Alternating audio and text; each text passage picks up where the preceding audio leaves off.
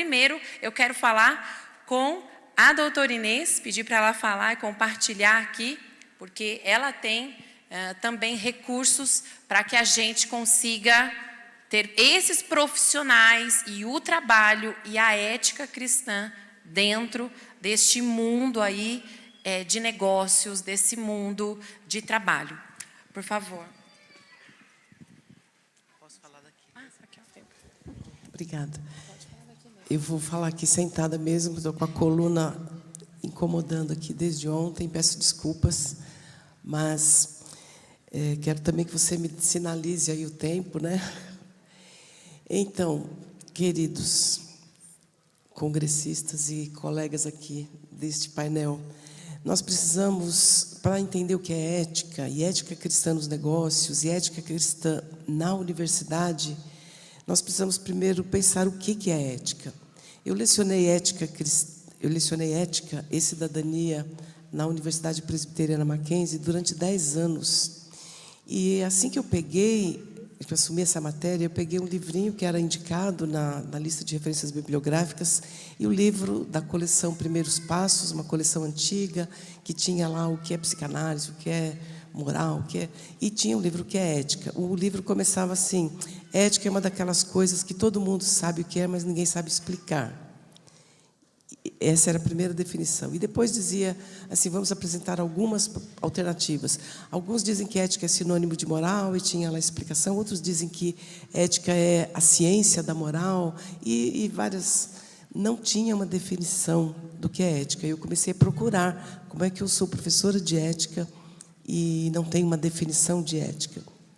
Para fazer curta uma longa história, eu nunca achei um livro que tivesse clareza sobre o que é definição. Um dia eu ganhei uma enciclopédia de ética cristã. E eu disse: numa enciclopédia de ética cristã deve ter a definição da palavra ética.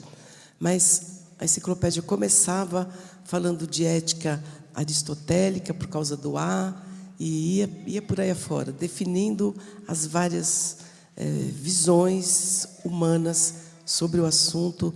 Quando eu cheguei na palavra ética mesmo, o que era ética, não existia simplesmente o verbete ética explicando o que é. Por que eu estou começando lá? Porque isso está acontecendo com todas as palavras.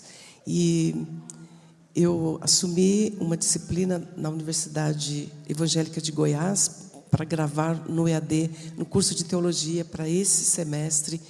E eu tenho falado sobre educação cristã há muito tempo. Me pareceu muito fácil definir educação, de acordo com o dicionário de Webster, definir a palavra cristã e ir adiante falando de educação cristã e sobre os princípios e fundamentos da educação cristã, coisas que eu trabalho no curso de Cosmovisão Cristã e Educação, e nos livros que eu escrevi, nos livros que eu traduzi. E eu queria trazer para esse curso, para esse módulo, né, uma disciplina de educação cristã para a Faculdade de Teologia. Mas aí eu achei, tenho muito material, estou escrevendo, mas eu achei um livro publicado por uma editora que eu gosto muito, e um livro que falava educação cristã nos ministérios das igrejas locais. E eu abri o livro e comecei a olhar, e o primeiro título era a questão da definição.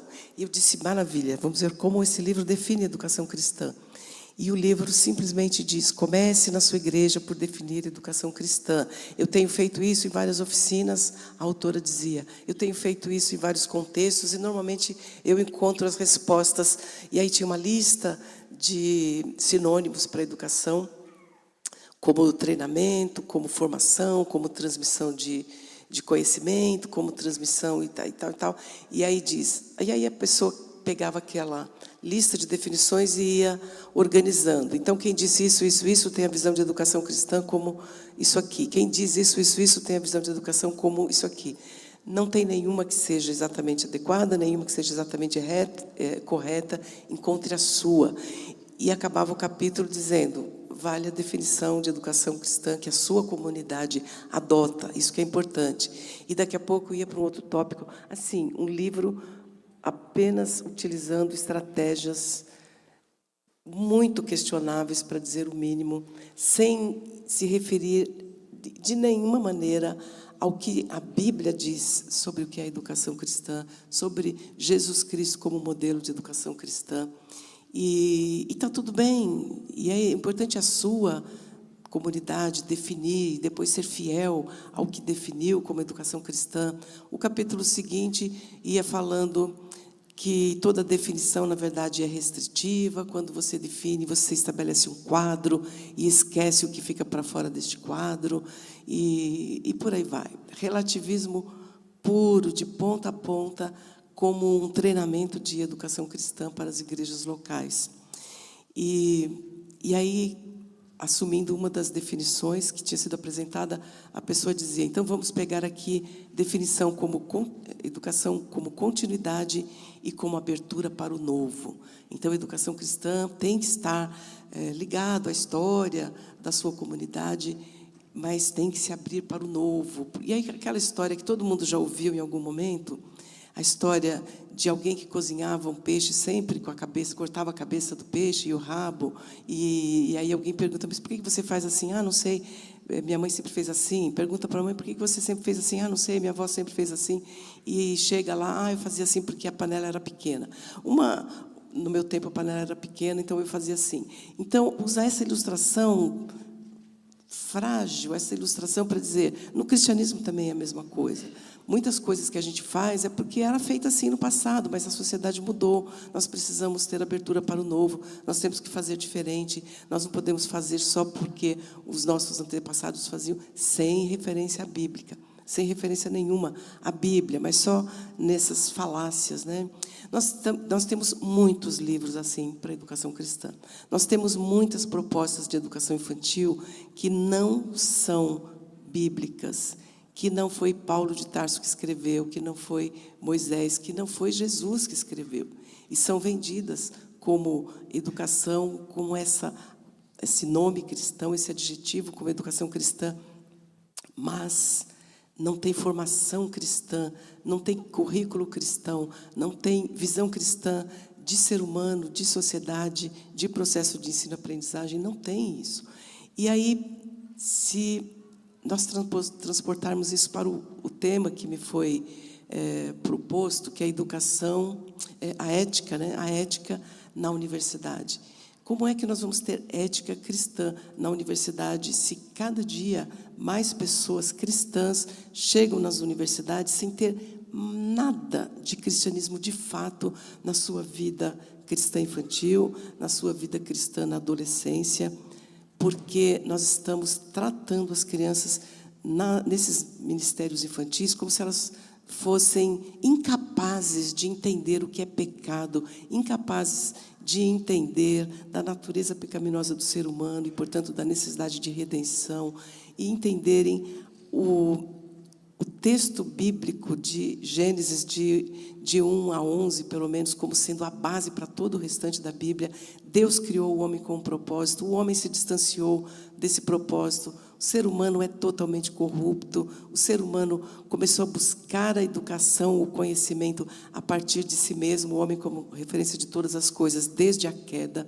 Já no contexto da criação, nós vemos Deus criando o ser humano para o aprendizado, Deus criando o ser humano para refletir a sua imagem e ser o Senhor da criação, para ser o gestor, o administrador, o vice-regente da criação. Então, ele tem que saber o seu lugar, saber com quem ele aprende para exercer a sua função de mordomo da criação, com sabedoria. Ele tem que aprender física, química, ele tem que aprender biologia, para ele entender a obra criada e gerenciar os recursos da criação para a glória de Deus e para o progresso da humanidade.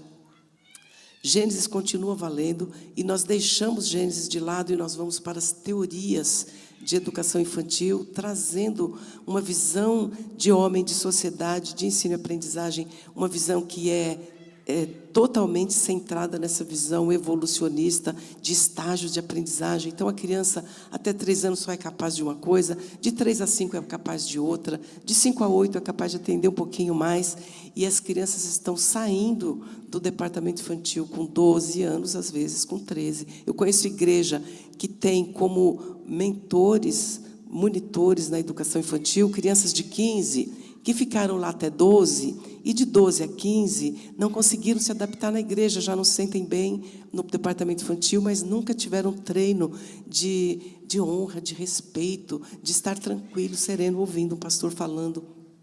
Essas crianças não se adaptam na igreja, voltam para o departamento infantil como líderes.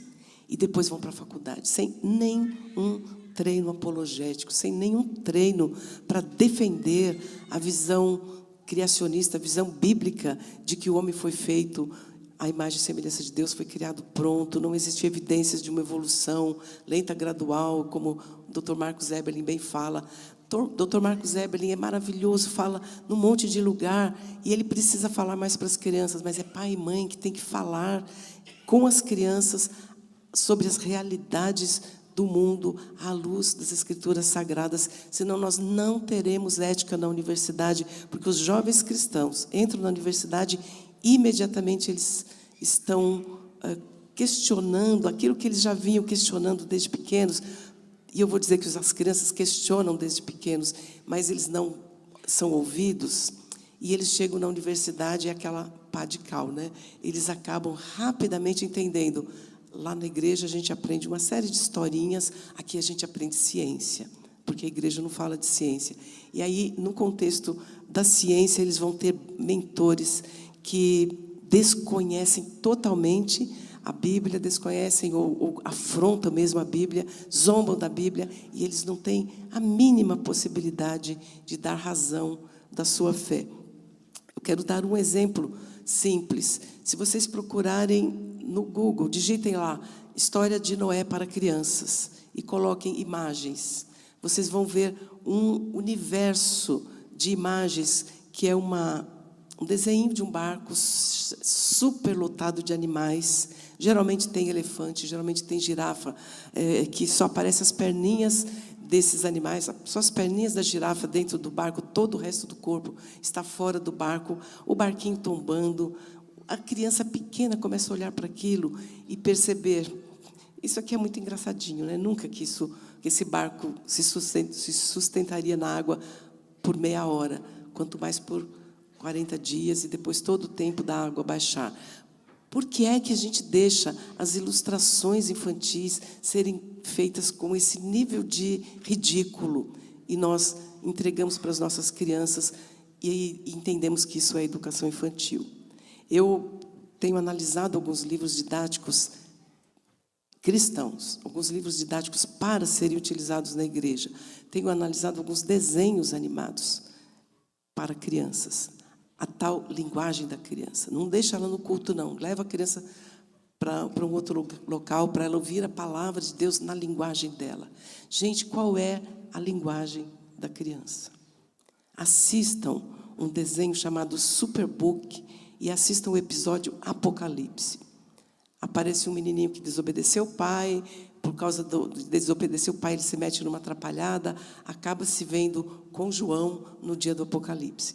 Primeiro que tudo isso é uma balela que não faria sentido no contexto bíblico, na narração bíblica. Mas esse menininho e o robozinho no Apocalipse, eles começam a ter algumas experiências lá do diabo aparecer para eles, né? E tem um diabo, tem um vestido ali de um homem bonito, simpático, que começa a mostrar questões que nem Agostinho conseguiu responder. Então, ele está dizendo, veja, guerras, olhe todas essas tragédias da humanidade, como é que você pode acreditar que existe um Deus com tanta miséria, com tanta fome? E aí o menino fala assim, mas os meus pais me ensinaram. E ele diz assim, lamento te desapontar, mas a grande verdade é que os seus pais fazem parte do problema. Então, uma série de ataques à mente da criança, e de repente o menino fala, agora já entendi quem você é, sai daqui e tal. Isso não acontece. As crianças pequenas não estão treinadas para resistirem ao diabo e dizer, não, o que o meu pai ensinou é mais verdade do que o que você está falando. E aquelas perguntas sobre o mal, sobre as guerras, sobre onde está Deus, não são respondidas num desenho animado, que vai mostrar depois uma serpente horrorosa, imensa, e um Jesusinho pequenininho, num cavalinho pequenininho, que ele vai voando assim com a espadinha dele, e ele é menor do que a boca daquela serpente gigantesca, enorme. E eu comecei a assistir esse desenho quando nós ganhamos o DVD para entregarmos para os nossos netos. E aí fui assistir com os meus netos. E eu não tive paciência. E desliguei. E vamos conversar, crianças, sobre Jesus, sobre o Rei do Universo, sobre o Deus Todo-Poderoso que vai esmagar a cabeça da serpente. E que naquele episódio aparece uma guerrinha ali, e realmente esse Jesusinho vence aquele monstro, e o menino volta para casa, e o pai não pode sequer confrontar o menino, porque quando o pai vai dizer, mas você me desobedeceu, a mãe fala assim, tá tudo bem, ele voltou. O importante é que ele voltou, né? E ninguém confronta o pecado, ninguém confronta a desobediência, ninguém confronta as falácias que o diabo joga na mente das crianças. E acaba a sessão de cinema e as crianças estudaram o livro de Apocalipse. Gente, qual vai ser a ética dessas crianças?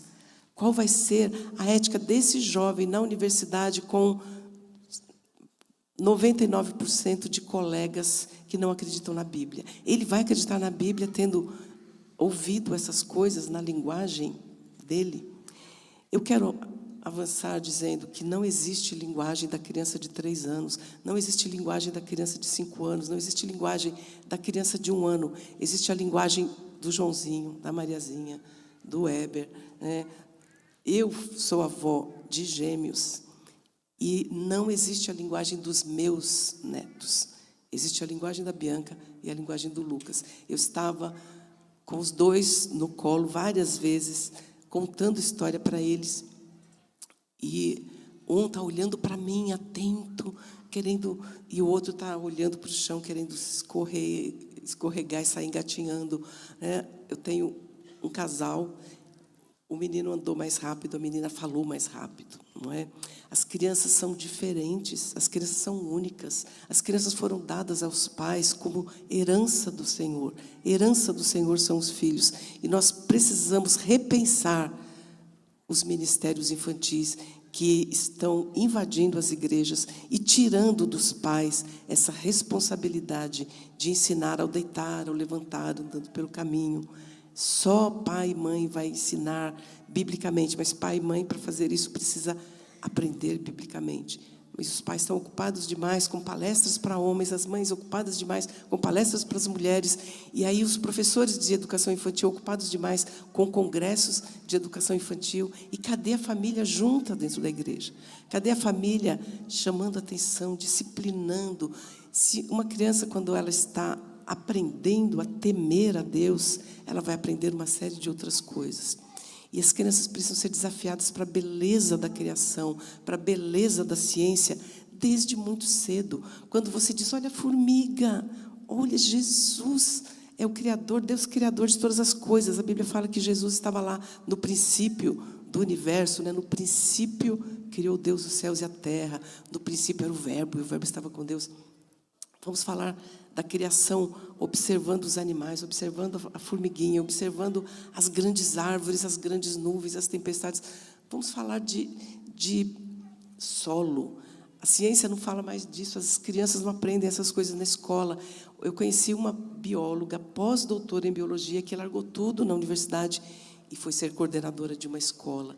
E ela diz assim, a gente pega o solo, a gente coloca numa máquina que identifica os micro-organismos já catalogados pela ciência, e ali, no solo, vai aparecendo o nome de um dos catalogados e depois outro não identificado, centenas de não identificados, mais abaixo, um que a máquina conseguiu identificar no laboratório, um micro-organismo já conhecido da ciência, e depois não identificado, centenas, milhares de micro-organismos que a ciência não conhece ainda, e a criança fica ali com aquele livro, na igreja, em casa, na escola, sempre com algumas coisas determinadas de cima para baixo. A criança é obrigada a aprender BNCC, a criança é obrigada a aprender isso para a prova, só vai estudar para a prova, não vai estudar para conhecer o universo que Deus criou, para que através daquele conhecimento ela conheça o Deus do universo. E chega na universidade, é a mesma coisa. As crianças estão sendo aprovadas com trabalhos feitos lá no site GPT. As crianças estão sendo aprovadas com trabalhos feitos em grupo, que ela só manda pôr o nome dela. E aí você põe o meu nome nesse trabalho, que depois a gente faz outro. Você não precisa participar e você põe o seu nome. A gente tem crianças cristãs se formando, médicos sem conhecerem nada. A gente tem engenheiros que sabem pouco matemática, não sabem fazer cálculo. É tudo trabalho em grupo, é tudo. Nós estamos com pessoas que não sabem a diferença da palavra latente, da palavra explícito. Eu escuto doutores dizendo, isso está latente, todo mundo já está sabendo. Opa, latente significa que ainda não está explícito, está ali, latejando. E a gente não sabe a diferença do latente e do explícito. Isso já é explícito, não é latente. Por quê? Porque nós não definimos conceitos, a gente não define o que é ética, a gente não define o que é educação, a gente não define o que é responsável, a gente não define nada. Nós vamos fazendo de conta que a gente sabe, e os dicionários estão apodrecendo nas bibliotecas ou estão sendo revistos e atualizados com definições mais modernas. E a gente fica com as definições modernas. Gente, o que é ética bíblica? Qual é a palavra ética no hebraico? Tentei procurar, falei com várias pessoas que sabem hebraico. Qual seria a palavra hebraica para ética? Ética é sinônimo de moral? Ética é uma coisa do espaço público, moral é do espaço privado? O que é ética? Nós precisamos partir de definições, começar a pensar o termo que a gente quer utilizar, explicitá-lo. E um livro de educação diz, não explicite, não defina, porque se você definir, você limita. Um livro de educação cristã com estratégias marxistas de formar professores reflexivos, que não define o conceito, que não pensa a história daquele conceito. Mas nós temos a Bíblia como referência. A palavra de Deus é a referência. E nós precisamos retornar para a palavra de Deus. A gente tem lá, em 2 Timóteo, dizendo a palavra de Deus é divinamente inspirada e útil para a correção na justiça, para a instrução, a fim de tornar o homem perfeito e perfeitamente habilitado para toda boa obra. O que é perfeição? Tem que ter um padrão de perfeição, tem que ter um padrão de ética para que a gente chegue para lá. E um minutinho para encerrar. Esse padrão, dentro da ética cristã, ele não é um código, ele é uma pessoa. Padrão de maturidade, padrão de perfeita varonilidade é o Senhor Jesus. E se nós não ensinarmos as crianças a conhecerem o Senhor Jesus, se nós não ensinarmos o adolescente, não existe essa palavra na Bíblia, não ensinarmos esse jovem que está às portas da vida adulta, não o ensinarmos quem é Jesus, nós não teremos ética na universidade, entre os alunos, nós não teremos ética nos gestores das universidades. Nós precisamos de cristãos, imitadores de Cristo. Aí nós temos um caminho para essa reflexão de como é que é ser como Jesus dentro da universidade. O que Jesus faria no meu lugar, como professor, como aluno, como bedel, como auxiliar do laboratório. O que é ser imitador de Cristo nesses nossos dias? Esse é o desafio da ética cristã em todas as áreas, não só na universidade, não só na educação infantil, em todas as áreas da sociedade. Muito obrigada. Obrigada, doutora Inês. Então, como eu falei, o Talks é Negócios, Trabalhos e Ética Cristã. A doutora Inês veio trazer as bases dessa ética, né, que a gente precisa conhecer, nós precisamos estudar. Aqui tem um livro dela, A República Hebraica, Lei Orgânica do Estado Hebreu. O próximo livro é Igreja no Lar, que é também livro de publicação dela. E Componentes Essenciais da Formação do Cristão Educador, que é um livro maravilhoso, eu tenho em casa. Qualquer educador, se você é pai e mãe, se você é tio, se você é irmão mais velho, você é educador. Então, você tem que ler esse livro aqui. É excelente. Perdão, Vanessa, eu realmente extrapolei no horário e esqueci de falar dos livros. O Igreja no Lar é um sermão escrito por Matthew Henry em 1705, um livro com mais de 300 anos, que foi traduzido pela ANDAPEF, Associação Nacional de Defesa e Apoio aos Pais da Educação dos Filhos. Ele diz que nós vivemos tempos turbulentos e que só a igreja no lar é que pode fazer frente a essa geração. Gente, há 300 anos atrás. Tempos turbulentos e a igreja no lar. Então ele fala do culto doméstico, ele fala das características dessa igreja dentro da casa. A República Hebraica foi escrita em 1852 e eu traduzi, e ele fala que os fundamentos, os pilares do governo representativo não são gregos nem romanos, são hebraicos. A ideia de constituição é primeiramente hebraica, a ideia de senado é primeiramente hebraico, o sinédrio hebreu é o embrião, né, é o modelo de senado. E muitas outras características de um governo representativo estão na Bíblia, estão na República Hebraica e não em Platão e etc.